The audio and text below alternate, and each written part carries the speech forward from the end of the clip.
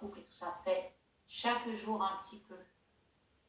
Et c'est parce que je vais le faire de façon régulière que la chose ne me demande pas un énorme effort aujourd'hui, ni demain, ni après-demain, ni après-après-après-demain, ni après-après-demain. Mais c'est parce que je vais mettre des petits bouts comme ça que d'un coup, je ne sais pas pourquoi, waouh, le résultat va arriver. Mais tu sais, c'est la loi du momentum, hein, c'est encore une loi, ça.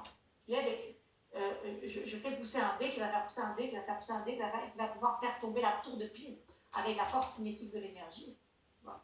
Mais je ne vais pas me mettre à essayer de pousser la tour de Pise d'un coup. C'est le premier domino qui va faire tomber le double du domino d'après, qui lui-même va faire tomber le double du domino d'après, et qui du coup va arriver à faire tomber la tour de Pise à la fin. Tu vois? Et nous sommes tous un petit domino qui peut toucher un autre et qui peut se laisser toucher. Hein. Ce qui est sympa, c'est qu'on peut décider aussi de quoi se faire toucher. Qu'est-ce qui va nous toucher vraiment. Voilà, et souvent, tu sais, on n'agit pas parce qu'on se dit, oh là là, mais parce que moi, je veux monter une cathédrale et je vais la poser dans le jardin dès demain, tu vois. Non, ça se fait pas en un jour, la cathédrale. Alors là, que ce soit la cathédrale couple, que ce soit la cathédrale changement de vie, que ce soit la cathédrale je veux écrire un livre, que ce soit n'importe quel projet. Je dois mettre une première pierre, et cette pierre, d'abord, elle est dans un champ vide et il n'y a rien autour. Donc si à chaque fois que je pose la pierre, je dis, oh, mais c'est nul, c'est pas du tout ce que j'imaginais, j'arrête, ça n'a pas de sens. C'est que la pierre, oui, elle n'a l'air de rien au début. La deuxième non plus, la troisième non plus. Et tu verras, même la 50e n'a l'air de rien encore. Tu vois? Mais je suis toujours aspirée par l'idée de cet objectif-là, que je ne vais pas me mettre là pour demain matin, mais que je vais projeter à 2-3 ans et dans lequel je vais être dans une certaine régularité. Merci. Je trouve que c'est super pratique ce que tu viens de nous dire, super clair. Donc, on peut se raconter des histoires, mais là, je pense que tu es allé vraiment au fond de cette idée de comment je veux contribuer, qu'est-ce que je veux faire, qu'est-ce que ça implique, comment j'adore, comment poser les non et va nous permettre de poser des oui clairs et vraiment respectueux et d'un amour pour nous et pour tous, pour l'humanité.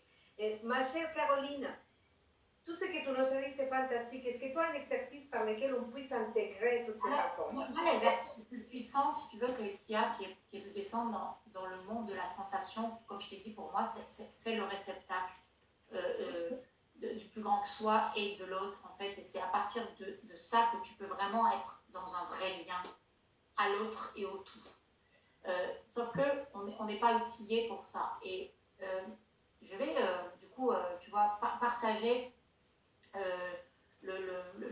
juste une petite diapo pour expliquer cet exercice-là qui va qui va partir en fait, si tu veux, de cette...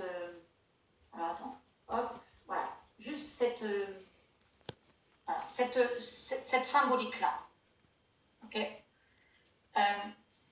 Ça, ici, là, c'est ce que j'appelle des jbongs. Les jbongs, c'est des croyances. D'accord? C'est ce que je me raconte par rapport à une situation qui me fait vivre de certaines émotions et qui m'empêche d'aller toucher, en fait, l'espace souffrant qui, pour moi, est la base de l'endroit où je vais pouvoir toucher l'énergie et le sensible à l'intérieur de moi. Est-ce que ça fait sens, ce chemin-là? Tu sais, c'est comme comment je vais délivrer la princesse.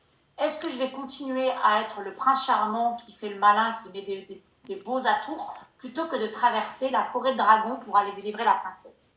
Et c'est ce chemin-là, délivrer la princesse, quand on dit que le prince charmant, il va embrasser la princesse, c'est qu'il va embrasser le sensible à l'intérieur de lui.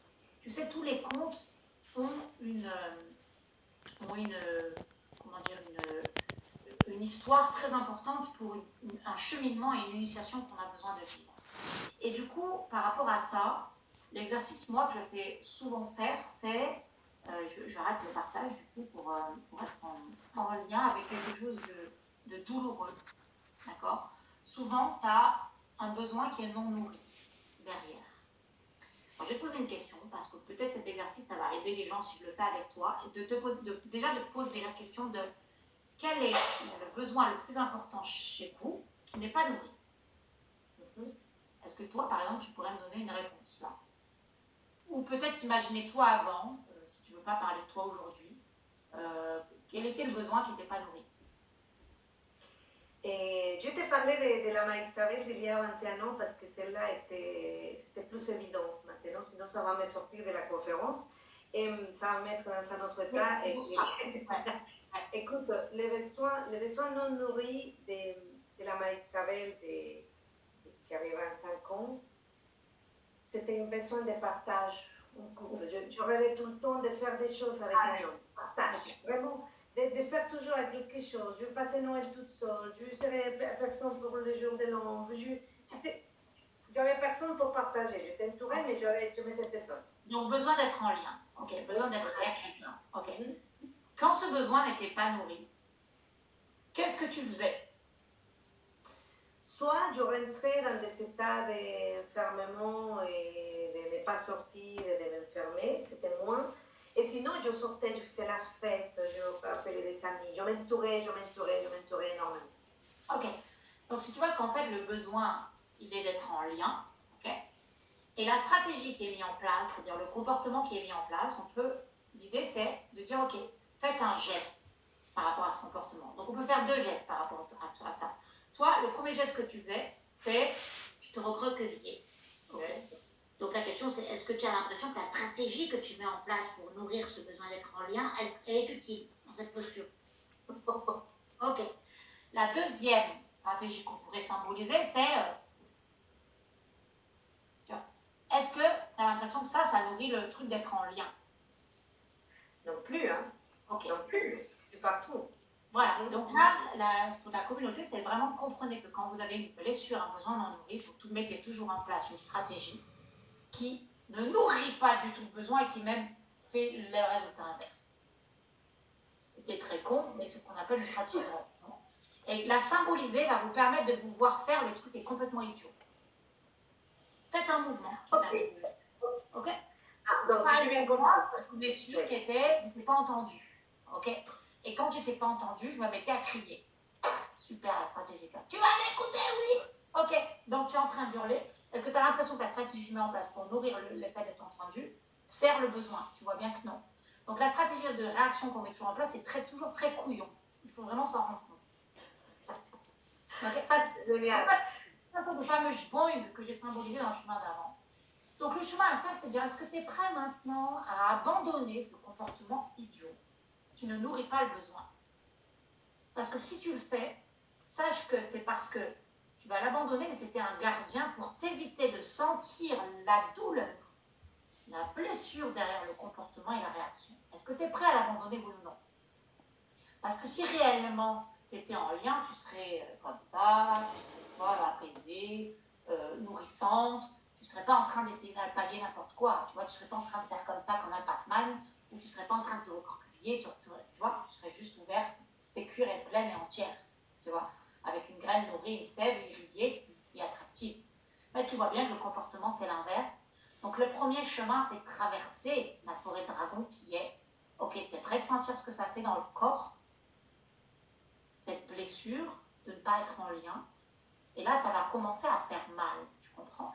Et tu vas commencer peut-être à sentir une émotion qui est de la colère ou de la tristesse, ok, qui est le premier pas. Mais si maintenant je te demande plutôt de sentir la sensation et pas me décrire l'émotion, tu vas peut-être sentir que ça contracte ou tu vas peut-être sentir du vide. Et tu vas te dire, ok, est-ce que c'est juste de demander à quelqu'un d'être présent à un endroit où moi je ne suis pas depuis 100 ans? Je mendie à quelqu'un sa présence, alors que moi, j'étais pas en lien avec moi. Je demandais du lien à l'extérieur, mais je n'étais pas en lien avec mes blessures. Et je demandais à l'autre d'être présent à un vide qui a toujours été là et qui vibre de toutes les façons. L'autre le sent il le sent à 200 milliards, parce qu'on est des animaux instinctifs qui sentons, même si on ne le dit pas, la blessure. Et comme toi, tu vibres le vide à ce moment-là où tu vivrais, tu comprends, forcément, tant que je ne traverse pas ce vide-là, je vais être incapable d'être attractive. Je vais toujours rentrer en lien à partir de cette vide où je vais mettre des comportements réactionnels dessus. Et traverser le vide, c'est de se rendre compte que dans le vide, il y a tout. Parce que c'est dans le vide qu'il y a l'énergie, parce que je vais commencer peut-être à sentir qu'il y a quelque chose qui vibre à l'intérieur. Parce que si je me mets en lien avec le besoin non nourri, je vais me rendre compte que l'émotion, par exemple tristesse ou colère, elle crépite dans mon corps ou elle contracte, ce qui fait que je commence à sentir quelque chose qui circule dans mon corps. Je ne mets pas de jugement dessus. Je ne suis pas en train de raconter, c'était très douloureux, j'ai peut-être envie de vomir, j'ai peut-être envie de crier. Mais en tout cas, qu'est-ce que ça vibre? Et c'est le premier pas pour la connexion avec ma terre. Et avec le serpent dont je parlais au début. Et ça va commencer, je vais commencer à, si je fais ce chemin d'alchimie, de mettre la présence masculine sur mes blessures féminines, je vais commencer à faire une vraie alliance à l'intérieur de moi, à créer du lien à l'intérieur de moi. Et si je crée du lien à l'intérieur de moi, je vais pouvoir créer du lien à l'extérieur. J'adore. J'espère que les filles, vous avez suivi l'exercice parce que je trouve que c'est très puissant. Et tu sais, en revenant à mon exemple, c'est drôle, comme tu dis, parce que quand j'avais cette envie, quand je disais qu'est-ce qu'il me manque, quels sont mes besoins, j'avais envie de quelque chose de posé, tu sais, d'avoir quelqu'un à mes côtés. Mais moi, je partais dans des fêtes, je faisais bien, je sortais dans des trucs et après, je me souviens de mes dimanches après-midi, c'était terrible parce qu'il y avait la fête jeudi, vendredi, samedi et dimanche, je me retrouvais encore une fois dans cette vide, comme tu disais, et qui était insaisissable et qui était inévitable là.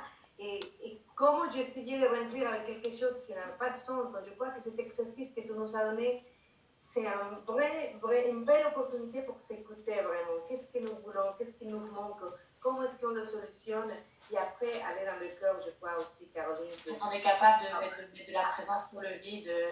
Vraiment, quand on met de la présence sur du vide, on sent quelque chose qui est bien plus grand que soi et qui va commencer à nous apporter de la chaleur intérieurement, qui va pouvoir irriguer. Cette chaleur va nous irriguer dedans. Et donc, c'est pas l'extérieur qui doit nous l'amener. Elle doit avant tout être présente et c'est ça qui va attirer à l'extérieur. Exactement. Merci Caroline, c'était génial. J'ai appris énormément de choses. J'aime beaucoup ta présence est vraiment terre maintenant. Et tu disais que tu étais air, mais vraiment terre aussi, vraiment fluide avec les émotions. Ça se voit ce chemin que tu as fait pour intégrer ton feu, ta terre, ton eau. Et tu sais, il y a toutes les femmes qui sont là en train de regarder. J'aimerais bien les remercier aussi. Rappelez-vous, vous êtes dans la page de Caroline Gauthier, dans la plateforme de congrès online de l'amour irrésistible. Vous allez trouver ici en bas toutes les informations pour rester en contact avec elle. Et chère Caroline, quelques mots pour dire au revoir à toutes ces femmes qui sont là avec beaucoup plus de clarté par rapport à ce qu'elles ont envie de donner, de leur contribution, de leur amour d'elles-mêmes et tous ces schémas que tu nous as montrés aujourd'hui. Et bien, juste leur dire de faire alliance et surtout de plonger dans leur féminin, parce que c'est le point de départ de l'échelle en fait. C'est les premiers barreaux, donc ça ne sert à rien de grimper si déjà vous n'êtes pas rentré entre guillemets dans les valeurs du féminin que sont l'énergie, l'émotion et le cœur. Et après, on peut y rajouter du mental, de l'esprit, de la spiritualité. Mais d'abord, les premières marches, c'est cet ancrage qui est nécessaire en fait. Et le féminin, c'est l'encre. C'est pas pour rien Marie-Madeleine est au pied du Christ et qu'elle est habillée de rouge. C'est l'ancrage. La femme, c'est l'encre. Donc soyez des encres pour le monde et soyez des encres pour vous-même.